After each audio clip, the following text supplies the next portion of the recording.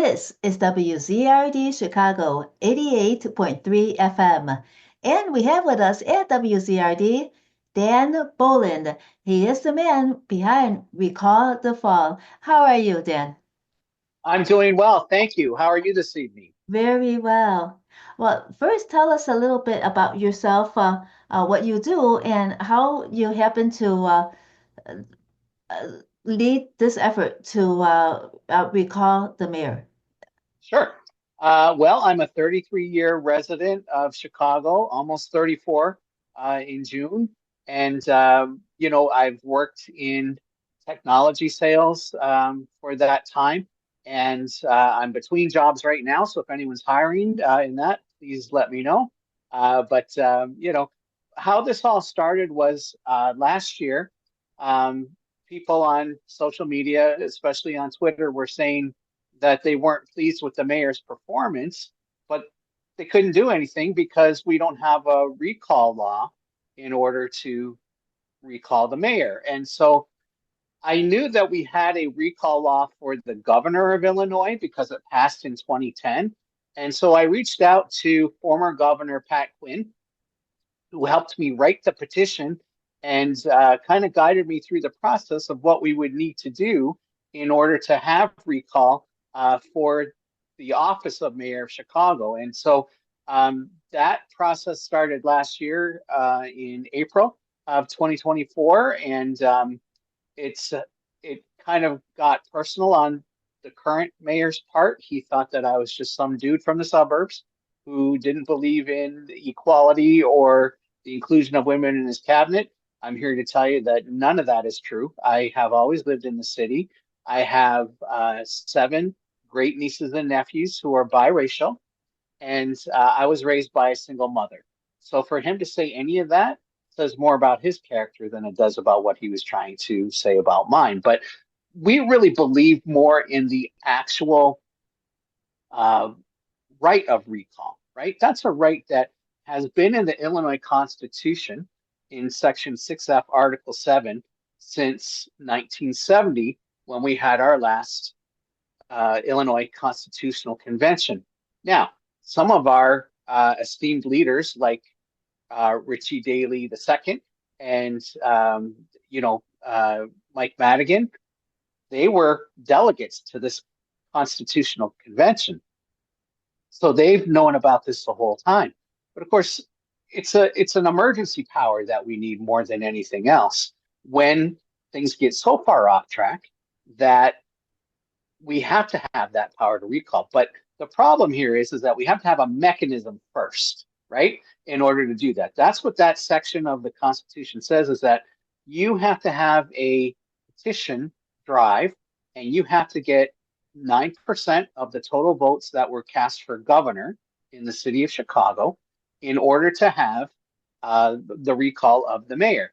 And then once we get that on the ballot, which is why we need 56,464 signatures, then we can vote on having that mechanism in place. That doesn't recall the mayor, but what it does is it changes to now recalling the mayor in a second round. And then if the mayor, whoever it is recalled, then we would have a special election for a third mayor. So I'm giving you a lot of information here, and I'll let you ask another question. Okay. Thank you for the information. So let's say the referendum is like a almost like a referendum. It would be a binding referendum. Yes, it would be a binding referendum on on whether we should have that mechanism or not. Now, an interesting point is that State Representative LaShawn Ford, who's over on the west side, has introduced legislation. House Bill 1084 is the number this session, in order to kind of uh, bypass some of that, right? So rather than having to go out and get the signatures to put it on the ballot to have the mechanism, if the state house and the state senate passed House Bill 1084, that would allow for a an amendment of the 1941 Villages Act, I believe it is.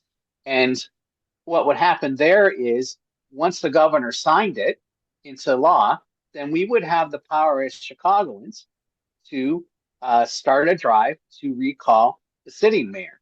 And in that respect, we would need 90,000 signatures. Now, that's down from the 123,000 signatures that our original proposal would have. And it has to have at least 50 people from each ward who oppose the mayor and want him recalled. That shouldn't be hard. I can almost venture to guess that if I go to any ward in this city and say, do you want to recall the mayor? We can find 50 people. Okay. And so that's not the hard part. The hard part is getting that total of 90,000 signatures. And I can tell you, just from our efforts over the past year to try and get signatures, and we've done it at a very small level, we've only gotten about maybe 15% of what we need, the 56,464. We have about 15% of that now, of the signatures required. And that's by having people go to grocery stores and standing outside, going to street fairs, going to music fests, things like that. We're very much a grassroots effort. We don't have a lot of people. But if we can get that law enacted, then we can get more people. I guarantee you we'll get more people who will want to work on that. So How much time do you have for the signatures? we have as long as it takes. This is what they call an evergreen petition. So every signature that we get on our petition is cumulative, right? Under the House Bill 1084, there's a 5-month period where you would be able to gather the 90,000 signatures needed for recall, and then you would have a special election to ask the question, do you want to recall Brandon Johnson, in this case, as the mayor of Chicago? Now, once that happens and he's kicked out, let's say, okay, then there would be 90 days after a separate election to elect a new mayor. In that interim period, there would be the vice mayor would be the mayor of Chicago, but that doesn't necessarily guarantee that he would be the long-term mayor of Chicago. So if you go back in your history, when Harold Washington passed away, the vice mayor was Mr. Orr, David Orr, and he was the mayor for about 4 days, and then the city council elected within their ranks Eugene Sawyer to serve for 2 years of that term because Mayor Washington had just been reelected when he passed away. So that's how we got the second Richard Daley as the mayor in 1989. But this is a totally different thing. It could happen within a short amount of time if we can get the governor and the state and the Illinois General Assembly to pass this law. Then we could start that process right away. We'd have 5 months to force that special election, and then possibly by the next election in March of 2026, we could have a new mayor of Chicago.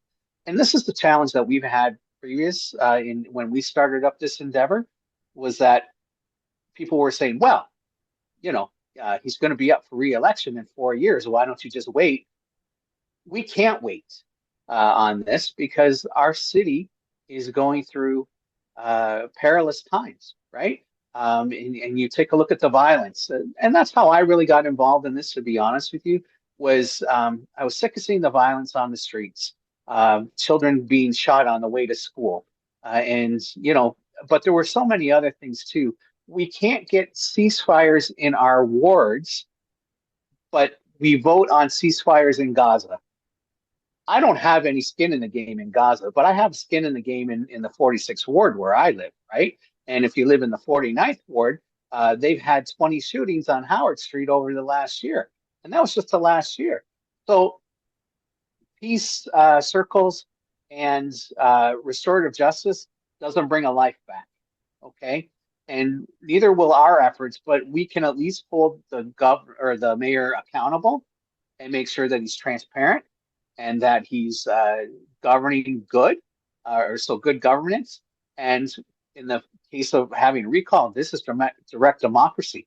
Now in Buffalo Grove, Wheeling, and there's one other suburb up there. I want to say it's Arlington Heights. They've already passed this, right?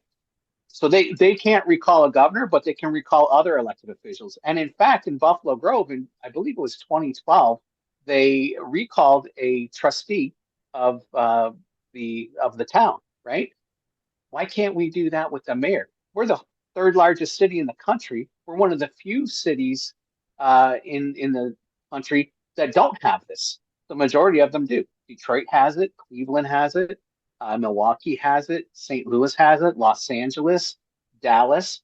Not every effort is successful, but in Oakland, California, last year, they recalled the mayor, not just the mayor of Chicago of Oakland, but they also recalled the district attorney of Alameda County, which is the county that Oakland is in.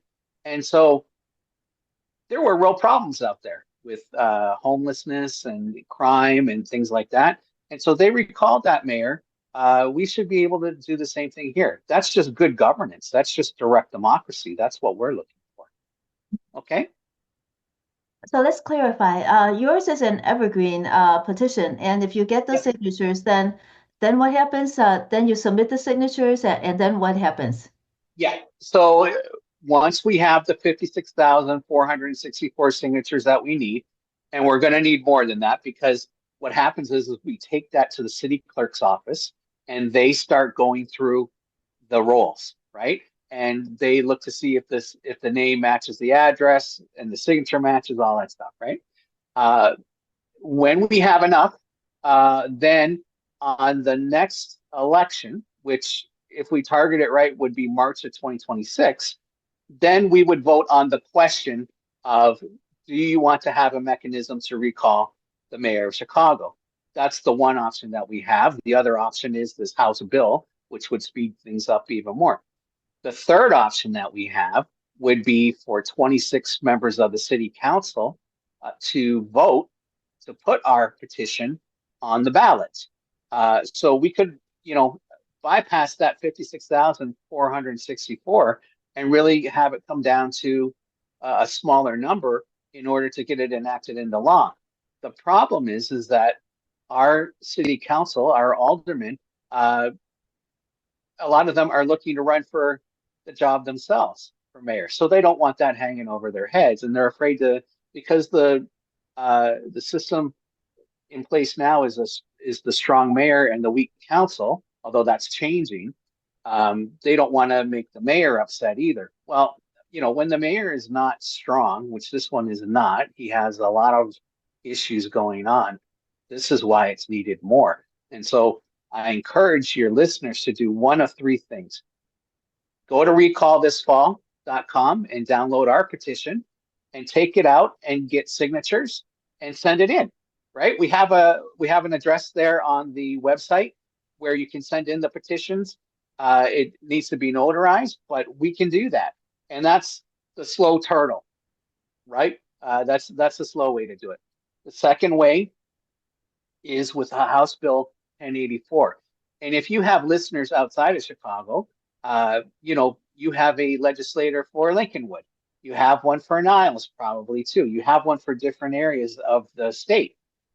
Because it's a state bill, the whole state legislature votes on it. Okay. First in the House and then in the Senate. And if it passes in both stages, then it goes to the governor for a signature. Now, right now, that House Bill 1084 is sitting in the House Rules Committee. We got to get it out of there so we can get a fair hearing. Who So, who put it in the House Rules Committee? That's like putting it in limbo, like walling it up. well, it can be in limbo. So let's talk about that. LaShawn Ford introduced the bill, and then right away it goes to the Rules Committee. Now, you're right. It can go there to die, but we're saying no. We want to take that patient out of intensive care and put them out, to heal, right? And so the issue here is that Robin Gable, who is the House Majority Leader, is the chair of the House Rules Committee, and then the Democrats on that are Lisa Hernandez out of Cicero, who is the head of the Illinois Democratic Party, and Cam Buckner, who is a state rep out of Chicago. And then there are two Republican members as well. I think one of them may be the minority leader. And so if we can get the two if we can get one of the Democrats and two of the Republicans to vote that out of the House rules, then we can have hearings on it, right?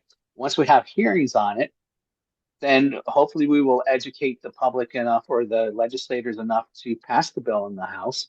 Then it would go on to the Senate. I would imagine we would have to have hearings there too.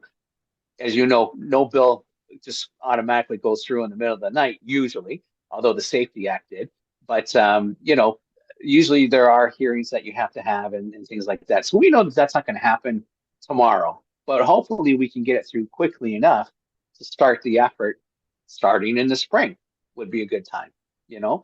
And And that bill what, would cover not only the Chicago mayor, but any elected office in the state except for the governor. If no, that bill, the House Bill 1084 is only for the mayor of the city of Chicago. But there are other bills that were introduced by the Republican legislators that would also cover any elected official in the state of Illinois. Now, you know, the strongest chance of a bill passing is the House Bill 1084, but that doesn't mean that the other bills don't have standing. They do. And I think what we're going to see eventually is kind of a compromise of those two bills together, where we not only can recall the mayor of Chicago, but we may be able to recall any elected official in Chicago or in the state for that matter. So you could recall a state senator, you could recall the treasurer out there in Dixon, right, who stole $52 million and then got a pardon. Uh, you know, uh, if she could have been recalled from the very beginning, I think that would have solved a lot of problems. But it's hard to speculate. You know, Monday morning quarterbacking isn't exactly the best way to read these things. But I think we have a great opportunity here to enact a recall as the law of the land in Illinois. did LaShawn Ford start his bill first, sponsor his bill first, or were you initially with that the recall the fall? Yeah, that's a really good question. Representative Ford has been introducing this bill in some form or another every year since 2015, when Laquan McDonald was assassinated, for lack of a better term, on the south side of Chicago. And then Mayor Emanuel covered it up, right? He didn't release the video until he had to. And that was after he was reelected to a second term. And so, he what started out as a protest kind of bill, he has continued to introduce because people have been asking for it, and more people are asking for it. This is a growing concern, right? So where it might have just been a few people in his district that were asking for this, it's now grown to many districts that are asking for this, right? Many people who are voters in Chicago are asking for recall of the mayor of Chicago, regardless of who it is. And that's an important point. At one point, it was Rahm Emanuel they wanted to recall. Then during COVID, they wanted to recall Mayor Lightfoot. Now they want to recall Mayor Johnson. But they don't have a mechanism in place to do that. And that's what we need to have, is that mechanism to ensure that we hold the mayor of the city of Chicago, regardless of who it is, accountable, that they conduct their term of office with transparency, that they lead with good governance, and that they give us direct democracy, right? Those are the 4 points that we have put on the website of why we're doing this. We have a right to hold the mayor of the city of Chicago accountable when they tear up Meigs Field in the middle of the night, when they sell our parking meters away at a discounted rate, when they cover up At, at that assassination. time, at that time, was there anybody pushing for a recall during that Maxfield incident and during the parking contract? You know what? If they were very quiet about it. I don't think people even realized that this article of the Constitution has been around since 1970, and the people who did realize it stayed quiet about it. Why? because one was the head of the state Democratic Party, Mike Madigan. One was the mayor of Chicago, Rich Daley. And there were many other politicians who stayed quiet over the years because they would prefer to have a mayor king, right? As opposed to having a strong council, weak mayor system. If you take a look in New York, the mayor of New York doesn't rule over the city council. He proposes the bills, and then they have a city council president, and they have the councilmen of the boroughs who set the laws. They have a state, or not a state, but they have a city comptroller to pay the bills, who is elected. They have an ombudsman who's elected in New York. And these are things that we could have here. That's part of a bigger discussion of having a city charter, which I think you probably had on your show before. And that's something that we need to seriously take a look at because now it's needed. You know, the famous politician said, Chicago's not ready for reform. Well, that was 70 years ago, and a lot changes in 70 years. Now we have to have reform because Chicago can't continue on the way that it is. We can't continue to have children shot in the streets. We can't continue to have drugs flowing in here, without any repercussions. We have to make sure that if people are committing crimes, that they're being, I don't want to say punished, but that they're being prosecuted and brought to trial instead of just sitting at home on electronic monitoring and then going out and committing more crimes. That's part of it, but there's a bigger part of it too, right? You can't be a mayor and be a member of the teachers union and not think that you don't have a direct conflict of interest. You do, right? When you're trying to negotiate the contract for a union that you belong to, even if you're on a leave of absence, that's not accountability. That's not transparency, right? And those are just two examples. But I have to say that Brandon Johnson makes the argument every day for why a mayoral recall mechanism is needed. He is not a competent mayor. He does not have a good system around him. The people that are advising him at City Hall are inexperienced. Frankly, some of them are children. Some of them are radical socialist activists, and some of them are Nepo babies. And some of them aren't even registered to vote in this city and voted in Houston, Texas, which is a clear. Well, that was his special advisor, Mr. Lee, Jason Lee, I believe is his name.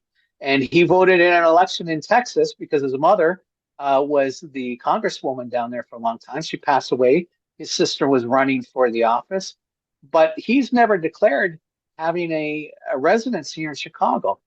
They never ran a background check on him.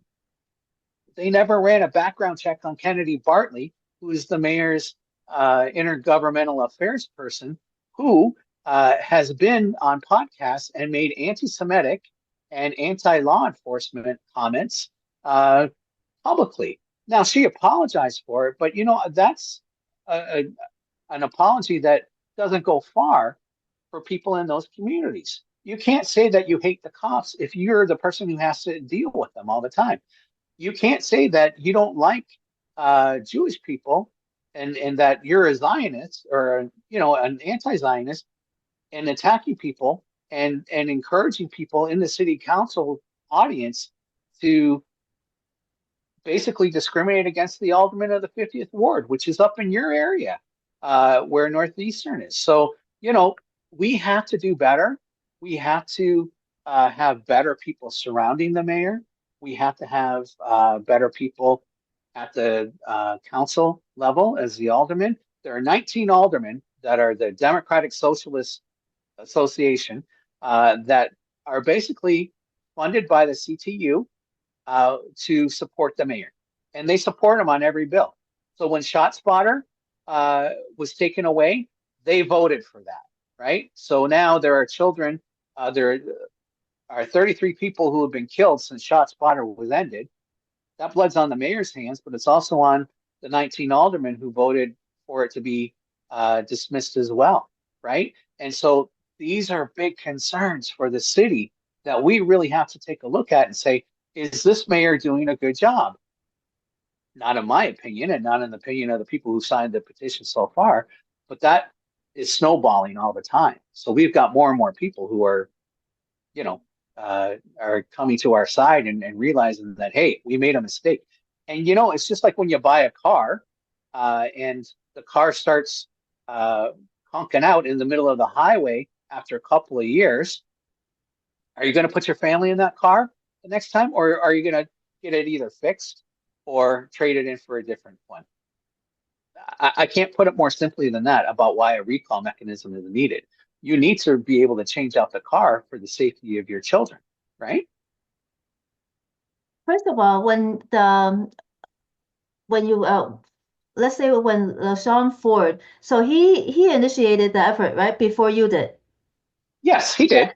And then when he started it, what was the status of Michael Madigan at that time?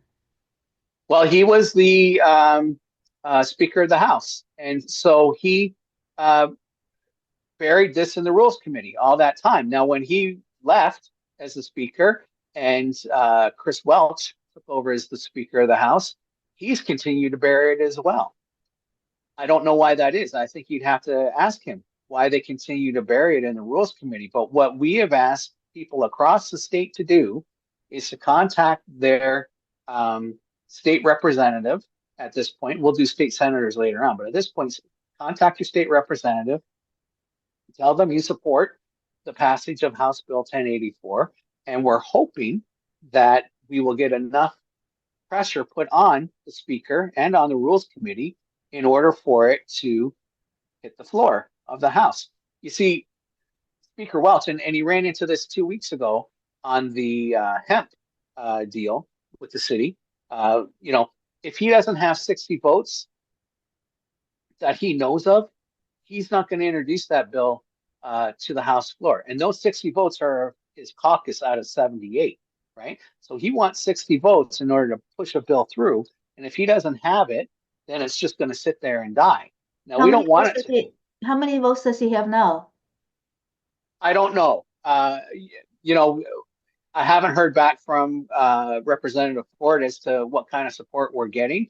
I don't think he has 60 to move it out on the floor.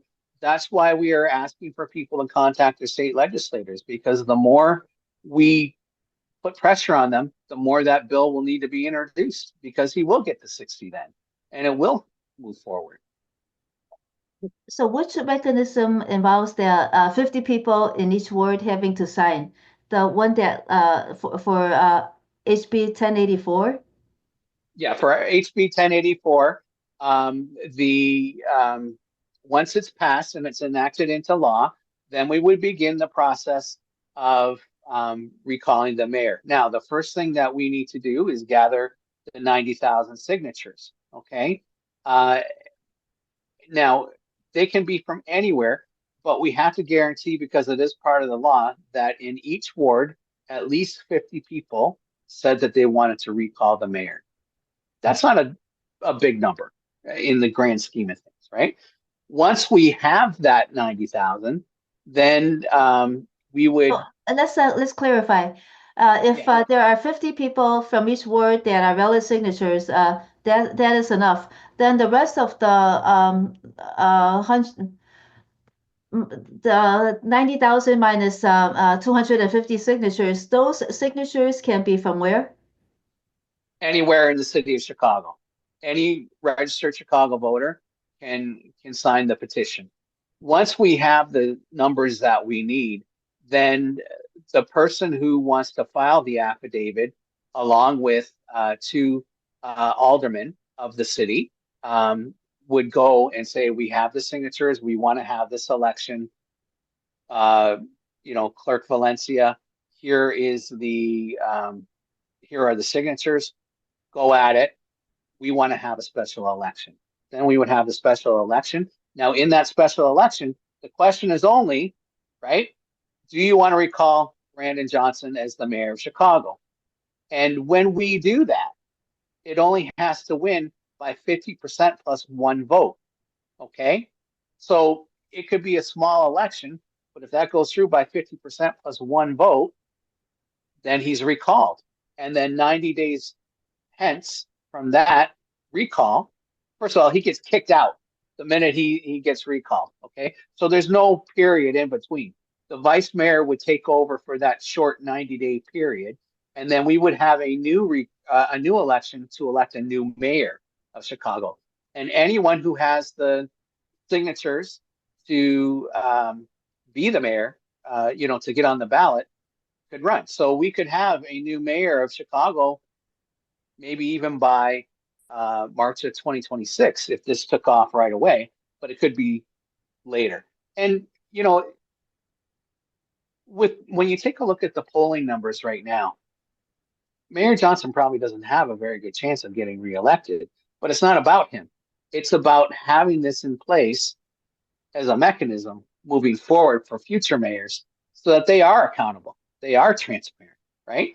And For so, March 2026, what other offices are being elected at that time?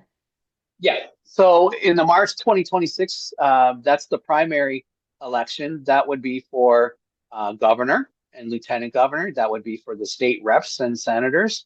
That would also be for the Cook County Board president, and then for the Cook County commissioners, right? So state and state election, basically, right? Now, State we and could Cook also County, add in. state and Cook Go ahead. County elections, right? At Yeah, that time? these are Cook County elections, but they're state elections as well. It's statewide election primary, right? But we could have a special election fit in there at the same time in order to recall the mayor of Chicago. And then 90 days from there, we could have a new mayor elected by the people, to serve out the remainder of the term, right? Which would be about a year. And so if that person wanted to run for mayor in 2027, which is when the next municipal election is for the city of Chicago, then they could do that. And if they win, they win. If they don't, they don't. But the key point is that we need to get rid of a mayor who is doing a poor job. What is That's the what we want to do. what is the position of the Democratic Party? Let's say Pritzker and other high-ranking members of the Democratic Party, Cook County President Preckwinkle. Yeah. Well, she has supported Brandon Johnson from the very beginning. She's one of the people pulling the puppet strings on the puppet mayor. The other person is Stacey Davis Gates with the CTU because they invested millions of dollars into his campaign. But my sources in Springfield are telling me that if Welch gets the support of the 60, that bill could pass in the Illinois House.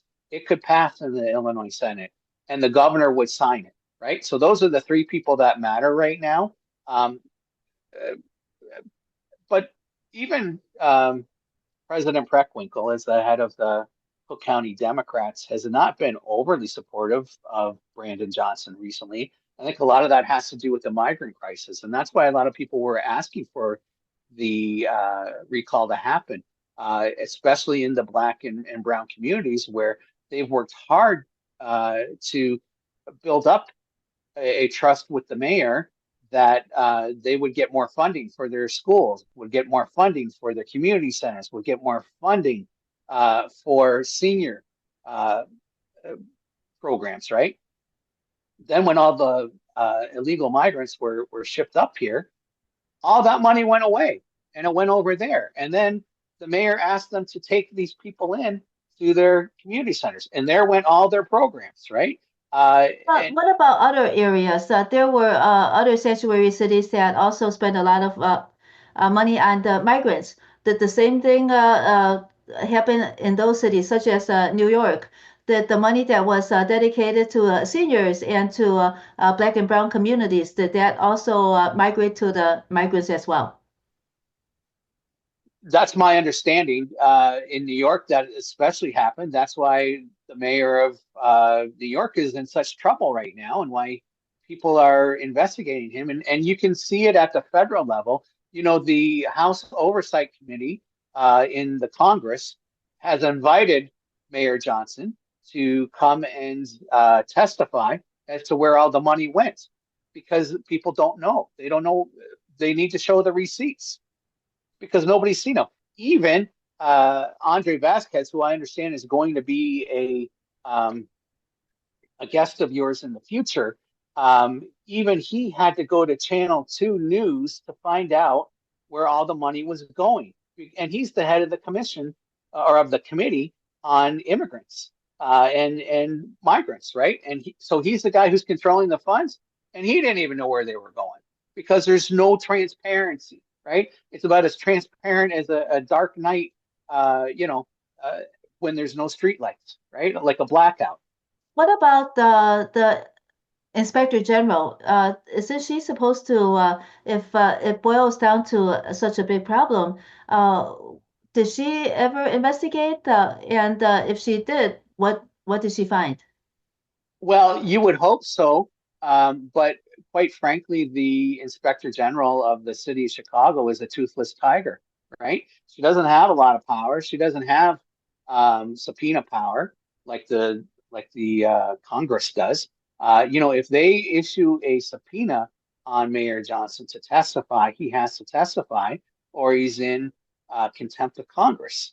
And so when you see what they did to Steve Bannon and some of the other people during the January 6th hearings where they ended up in jail, our mayor of Chicago could end up in jail too if he doesn't go to testify. The What smart move would go ahead. what about the FBI? Has the FBI been called in to investigate if it's corruption? Well, if there's corruption, I have the feeling that the FBI is building their case. And, the FBI doesn't tell you what they're doing until they have all the T's, crossed and the I's dotted, right? So I would assume that based on everything that they've heard so far, that hopefully someone is investigating this, whether it's the FBI or the Department of Justice, which oversees the FBI. There has been a change in administration, so I think there may be more of a push there to find out what's going on. They wouldn't ask the question if they knew the answer to it, right? So, in other words, the oversight committee wouldn't be calling the mayor of Chicago, the mayor of New York, the mayor of Denver, the mayor of Los Angeles, where all these migrants have come in. They wouldn't be asking these questions if they didn't already know the answer, Do right? you know that for New York and Denver, do those areas, metropolitan areas, also have a lack of transparency as to where the funds went? The same as in Chicago? My understanding is that in New York there has been an issue of that, but I can't speak to Denver, nor can I speak to Los Angeles. There is that question here in Chicago. I can only speak to Chicago because that's where I live, right? And so I don't know that it's there, but my understanding is that they wouldn't be. Let me put it this way: they wouldn't be getting an invitation to testify before Congress if they could account for every penny, right? So that's where that's at. When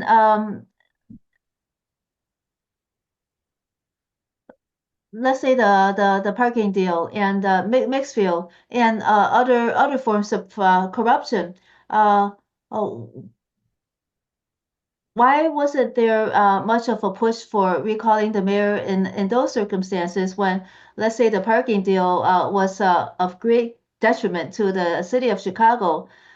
Is it because only now these involve the lives of children, or is it because of the lack of transparency and uh, the lack of accountability for financial accountability? Well, I think it's both of those things, right? For me, and the reason that I'm getting involved in this is that it's the safety of the children. The children are our future, right? That's an old line from a song, but the children are the future of Chicago. They have a difficulty reading. They have a difficulty making change for a bill, right? You see it when you go into the stores. I went into a Walgreens and I had to tell the cashier what the change was because most people are paying by card now, and that's easier you don't have to make change. But I paid by cash in this respect. And this person didn't know how to make change. And I said, did you go to school here in Chicago? And he said, yes. And I said, oh, okay, no worries. You know, now that's just one anecdotal example, right? But the if you take a look at the data, it backs it up. These children are 3 and 4 years below the literacy rates of where they're supposed to be. And yet our teachers union is asking for a larger contract and more money to accomplish the same. That cannot continue. Your experience with the cashier, I've heard for many years. It's been like this forever. There's always been stories in every generation about encountering a cashier that does not know how to make change. And Right, that's like right. so I would say that for 40 years it's been like that. Oh, sure. But when we fail our children by not giving them a good quality education, who do we really fail? We fail ourselves. We fail each other, right? And now your radio station is part of a university. Imagine what it's like when those children now want to get into your university and they can't make it. And so they have to go for 2 years to a community college to get their grades up. And they have to learn how to read better. They have to be critical thinkers. They have to do things that are slowing down their lives. And quite frankly, our graduation rates aren't where they should be either. So I think it's pretty It's been nervy. yeah, it's been a long-term problem even before Yeah. Mayor Johnson came into office because No, you're right. we've always had that problem where Yeah. uh, students get stuck in the remediatory courses and then they use up all their financial aid and then they're not able to Yep. actually get their degree. Right. Yeah. And here's the thing. It's not fair to them that we're not giving them a quality education, that we're not working with them at that K through 12 level to get them the best education possible, that the dropout rates are so high that, at the end of the day, they have to struggle and struggle and struggle. And, I mean, here's the thing. We have a city to run, right? We can't have a city that allows armed juvenile thugs to run around the city at 4 o'clock and 5 o'clock in the morning, stealing cars, carjacking people, beating people up. Over by your university, there was a tamale vendor who was beat up. And they're just out there trying to make a living on the street, and they got beat up by thugs. We can't continue to have that. So I think what it comes down to answer your question, is enough is enough. We have to make changes in order to keep the city safe, keep our citizens safe. And that should be our prime focus moving forward on anything that we do. For me, it was the children that I saw, and I live in a good neighborhood for Chicago. I live in Lakeview. It's the crime isn't that high, but you know, I'm lucky, right? But that could change in an instant. And Yeah, yeah, we understand your position, but it seemed as if even before Mayor Johnson was in office, the crime among juveniles was very high during the Lightfoot yes, administration, yeah, especially yeah. after starting during the pandemic. I agree. I agree. And when you have leadership that excuses that behavior rather than tries to correct it, these things are going to happen. We don't want it to happen again. So we want to find a mayor in general who makes sure that our children have an education, make sure that they have jobs. Not everything that Mayor Johnson says is wrong. There is a lot of disinvestment in the communities on the south and the west side. We have to work towards changing that. We have to work towards bringing more jobs to those communities. But we also have to educate the children first so that they can get those jobs and can continue to live in the communities, and that they, are doing so legally without committing crimes, right?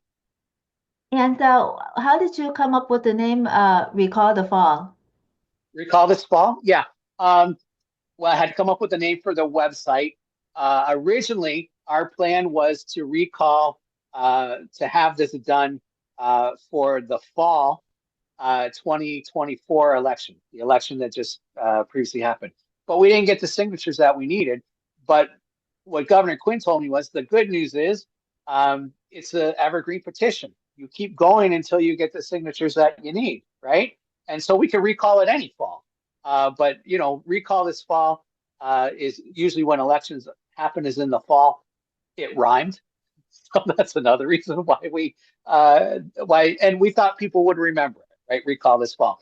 Our official name is the Committee for Chicago Mayoral Recall, and that's how we're listed on our D1, Committee for Chicago Mayor Recall. Excuse me, and you know our D1 is there. We file the D2s every quarter like we're supposed to, but we're very grassroots.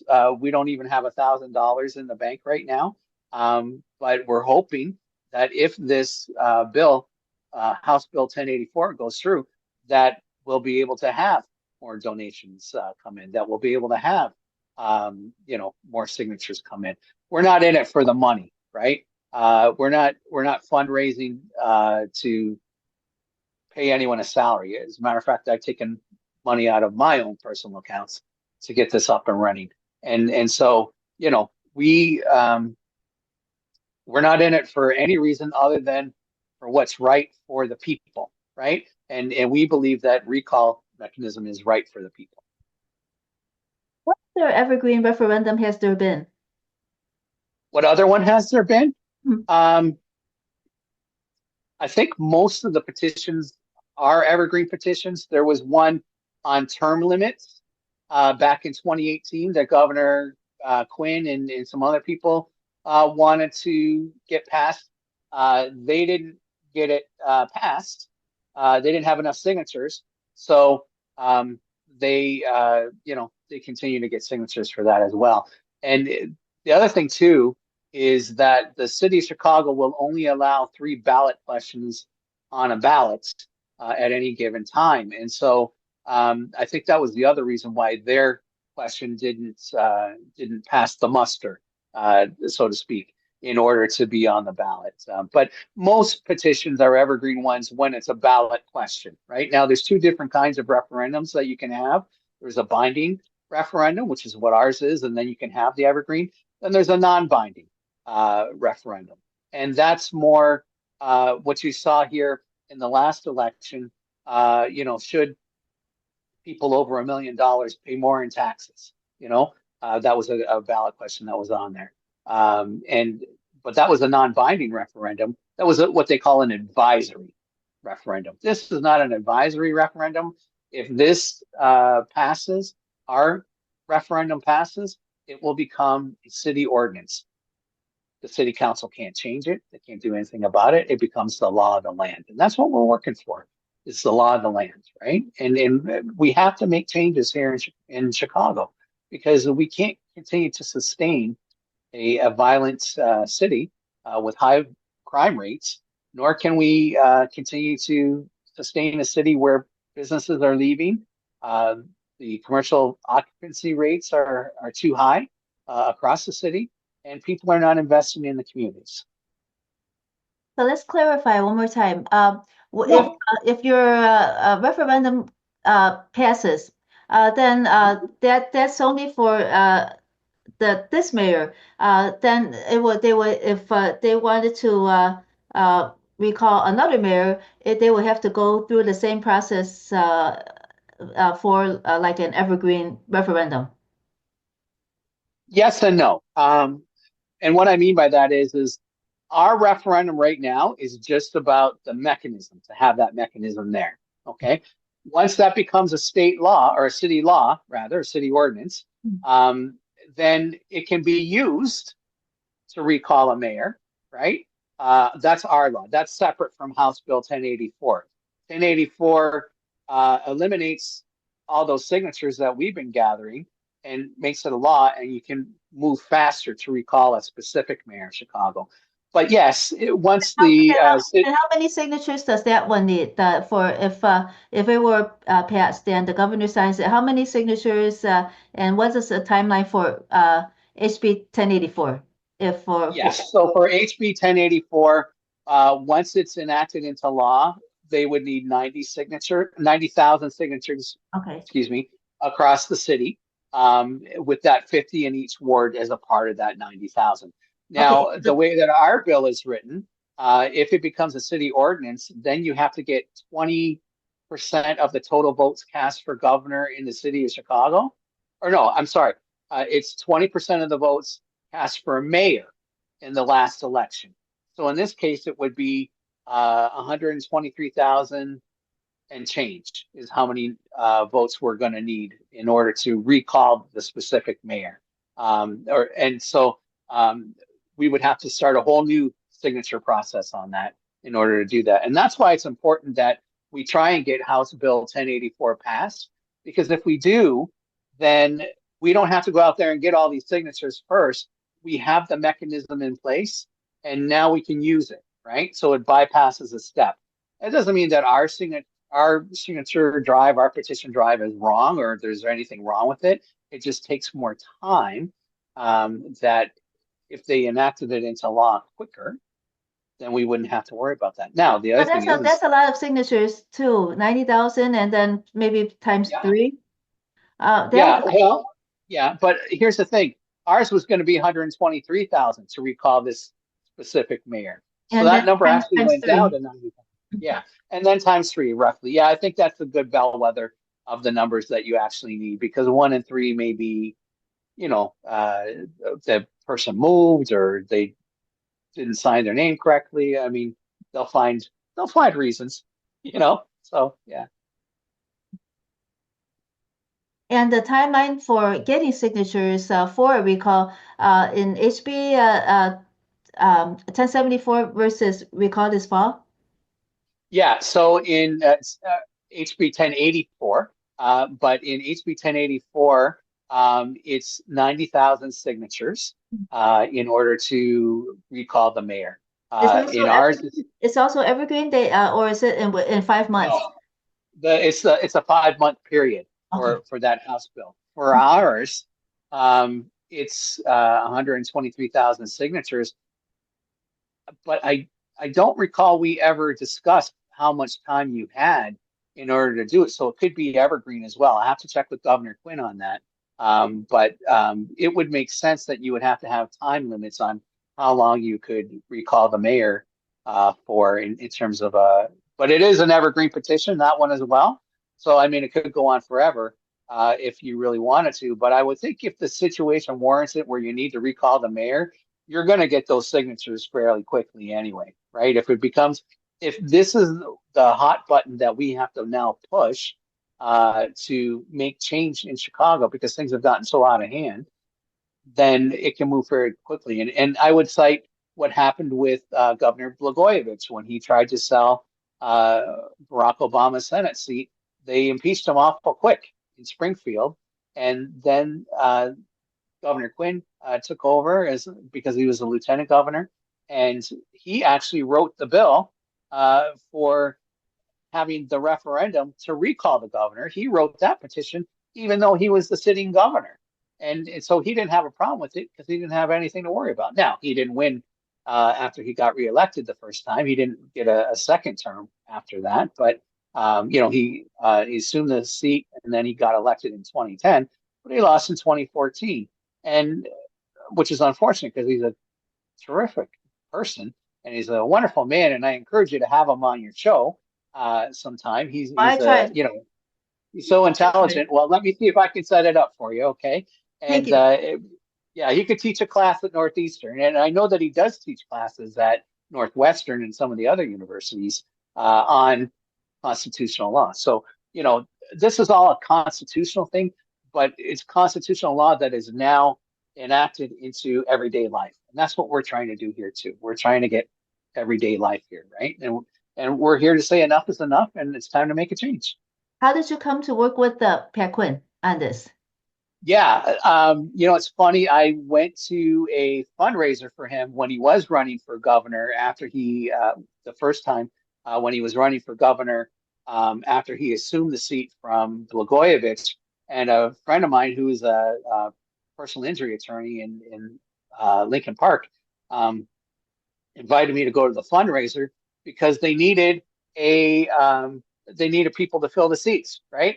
And so I went and I got to meet Governor Quinn, didn't talk to him for 15 years, but I reached out to him through LinkedIn. So this is where your social media contacts are always good. I reached out to him. I asked him the question, and he was so willing to help that he wrote the petition for us and said, "This is what you need to do, and this is how you need to do it." And he's been very helpful along the way. You know, if you think of the Rocky movies, I'm the Rocky in this situation, and he's my corner man. He's the Mickey in this situation, right? He's the guy who's advising me and telling me how to fight. We've kind of backed off of that a little bit now because he was busy with the federal election and trying to get Vice President Harris elected. Unfortunately, that didn't happen, but he's been a tremendous advisor to us the whole way, and he will continue to be that way, I think, until we can get this bill passed. So, but he's done as much heavy lifting on it as I have by writing the petition and being an advisor to me on this. What kind of pushback have you gotten in your work for recall this fall? Yeah, there are some people that don't believe in recall as a viable option because we have elections every 4 years, right? And if you don't like the person, then you should be able to vote them out.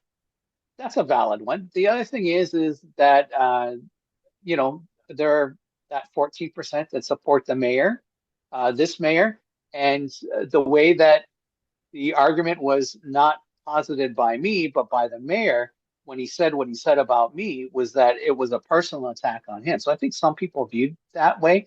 But when you sit down and you explain to people why a mayor recall mechanism is needed, they understand. And that's where we win. Our problem has been we just don't have the soldiers that we need, right?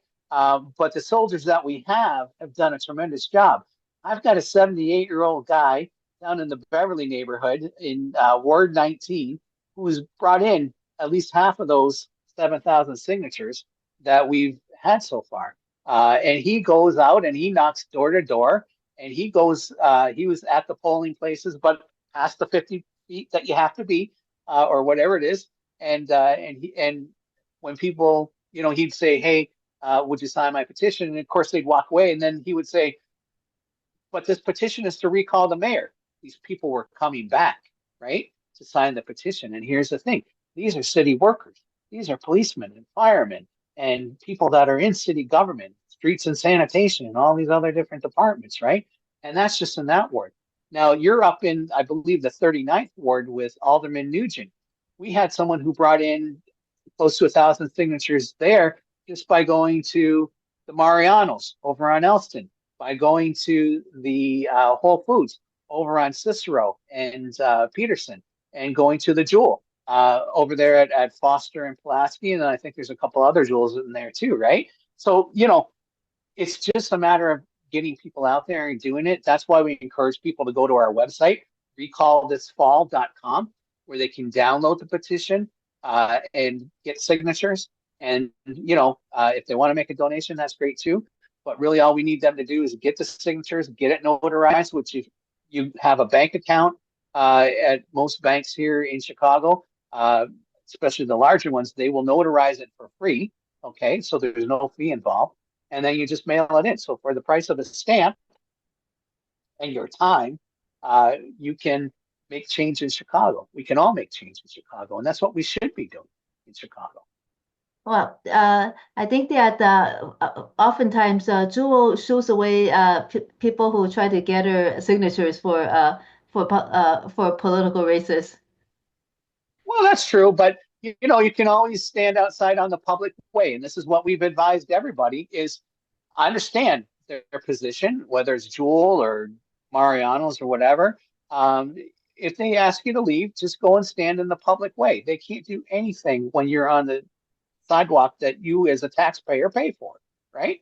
So we've done that. We've gone to street fests. We've had people sneak into different street fests and get signatures that way.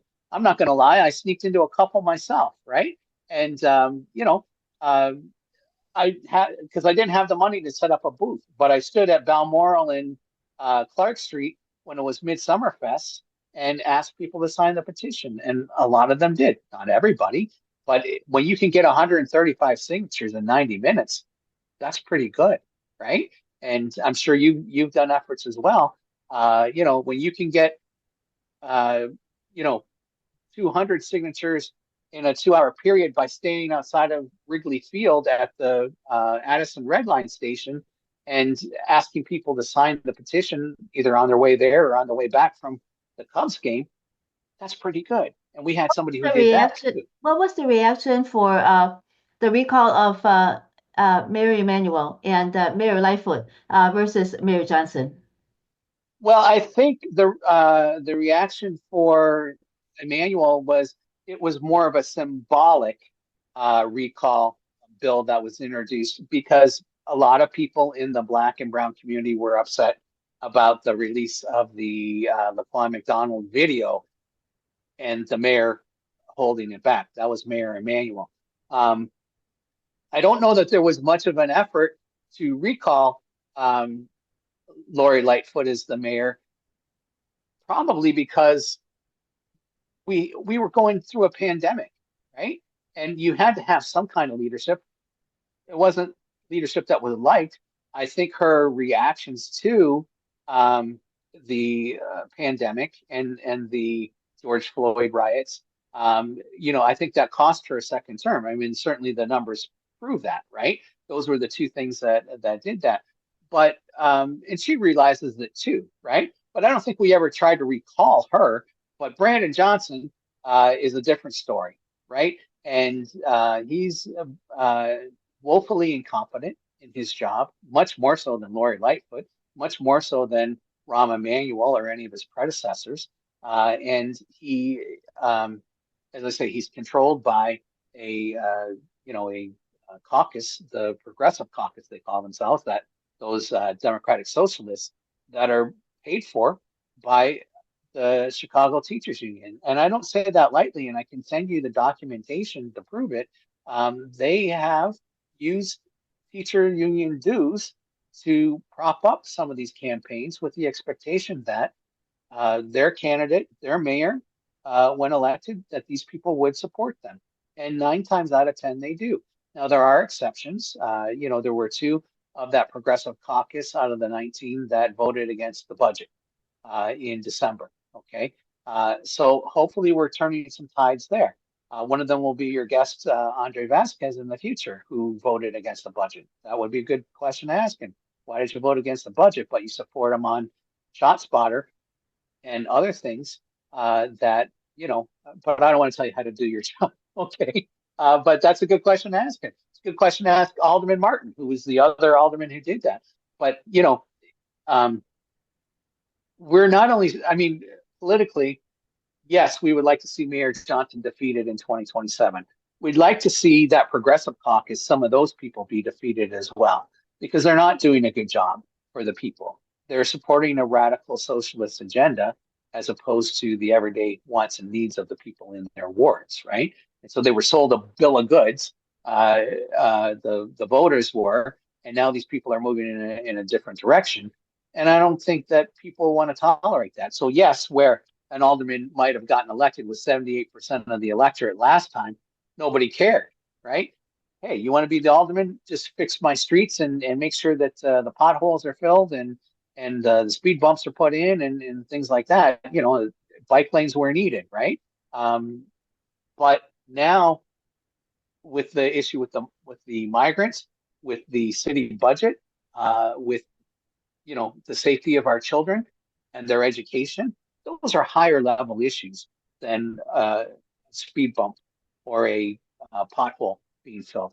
And so we have to take a look at who we're electing and where they stand on these issues. And I think we've overlooked that in the past. And the other thing too is that low voter turnout has allowed these people to get in, right? So we have to be more responsible as voters to go out and elect people who reflect our views and not just, oh, I don't care because I'm going to move out in 3 years when my wife and I have kids and we're going to leave the city. We don't want people to abandon the city. We want them to stay in the city. How do we increase the voter turnout? It's always low during local elections when Yeah. elections affect us the most. Well, and it was set up that way so that the powers that be would hold on to power. This is going back, 100 years or so. If you take a look at when the municipal election is, it's held in February. What happens in February? It snows. right? So that affects voter turnout. What happens in February? It's cold.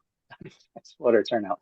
What happens if it's a good mayor? Uh, Voter turnout doesn't have to be that much, but we want everyone to be engaged. And we think that recall and having the recall mechanism would certainly get more people engaged. And what we're finding is that more people want to be engaged, they just don't know how, right? And so very defeatist attitude, a lot of people, we have to turn that around for them. We have to make them aware of what the issues are and why it's important to get out there and vote. You mentioned that Brandon Johnson is helping the Chicago's teachers union, and is that's violating ethics. And he's also helping the migrants and with the money. So who is benefiting? Is if is not transparent, then the money is actually moving not to the migrants, but then to whom? Well, that's a good question. And I wish I had the answer for that. I don't know, but nobody does, right? Because they don't show the receipts. When the people were here and we set up the shelters, well, you know, where is that money going? You know, and look, I don't have anything against immigrants or migrant people. My mother was an immigrant to this country, but she went through the legal process to do that, right? But these people have invaded our border and we're paying their rent, we're paying for their food, we're paying for their utilities, uh, we're giving them clean sheets to sleep on, and our homeless veterans are sleeping on the streets in tents. I see this all the time along Let's Lakeshore Drive. let's enlist your help in connecting another dot. Since Mayor Johnson is interested in helping the teachers and for a better contract, and which might help him if there is a Yeah. better contract, and then he's also helping the migrants. So how are the migrants and the teachers helping each other?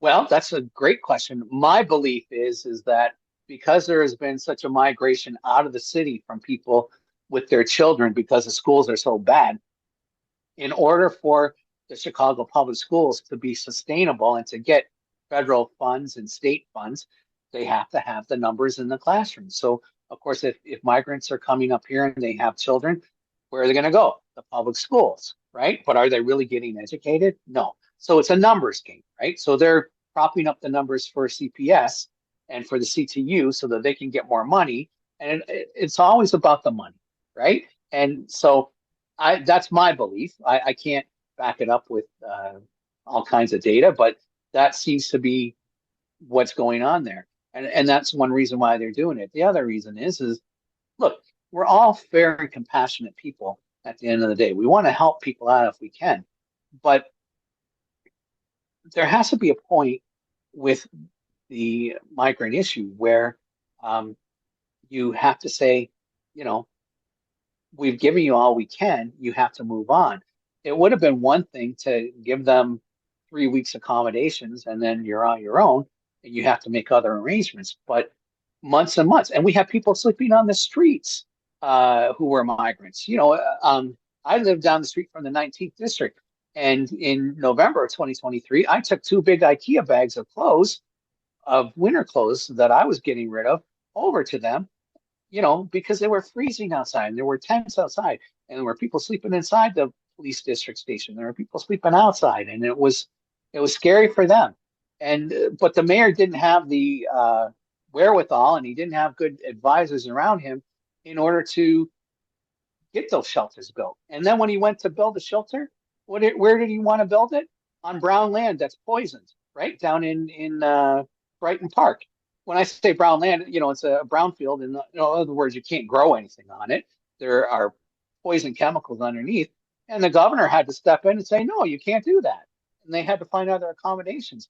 But where they found emergency accommodations were in park districts and um, in our area in the Armory, in the old Sacred Heart School on Irving Park and uh, Inner Lakeshore Drive. So Marine Drive, I mean to say. So these things happen. It was great that we could accommodate them for a short amount of time, but people are not moving on. They're not moving forward. We have to work to get the migrant community where we can to move forward. And that means maybe not providing them with every need that they have, and maybe cutting it off after a certain amount of time because we don't know the people that are coming in.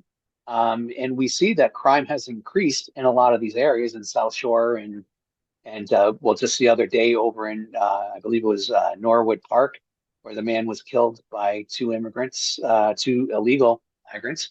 Um, Just one from you know, Ecuador and one from Venezuela. yes, yeah, and that's the thing. We don't know who's coming in. At least when you go through the proper channels with the federal government, they run a background check on you, right? They ran one on my mother when she immigrated here.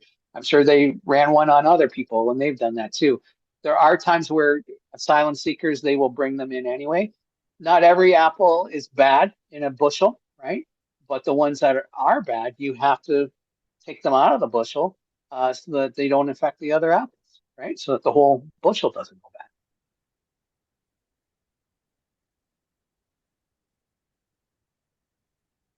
If our listeners want to learn more about Recall This Fall at Dan Boland, where should they go? And if they wanted to learn more about what they could do and about your work, where should they go? Mhm. So the information is all on recallthisfall.com. And there you will find our mission statement. You will find the press releases that we have put out there. You will find a copy of the petition. We encourage you to download it, print it out, sign it, get your friends to sign it, your neighbors, and then take it to the bank, get it notarized, and then for the price of the stamp and the envelope, send it in. And the address for that is our mailing address is 3712 North Broadway, number 456, Chicago, Illinois, 60613. And what other media have you been on?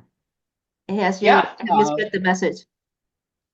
So in the very beginning, we had a couple of press conferences. We've been on NBC5 about two or three times. We've been on the Fox local news with Scott Schneider. We had an interview with him. We had a interview with Fox National News. We're not affiliated with a party one way or another. We've had press conferences at City Hall. I had the last one that I had at City Hall. We had WBBM. We had Marianne Ahern. We had from Channel 5. We had Craig Wall from Channel 7. Not every media outlet wants to support us. Some of them want to support the mayor, and so they won't talk to us. Your neighbors at WTTW, they're more concerned about how much money I have raised for the recall effort than they are about actually recalling the mayor. And I had an interview with Heather Sharon in July about that and told her we have more money coming in because we did.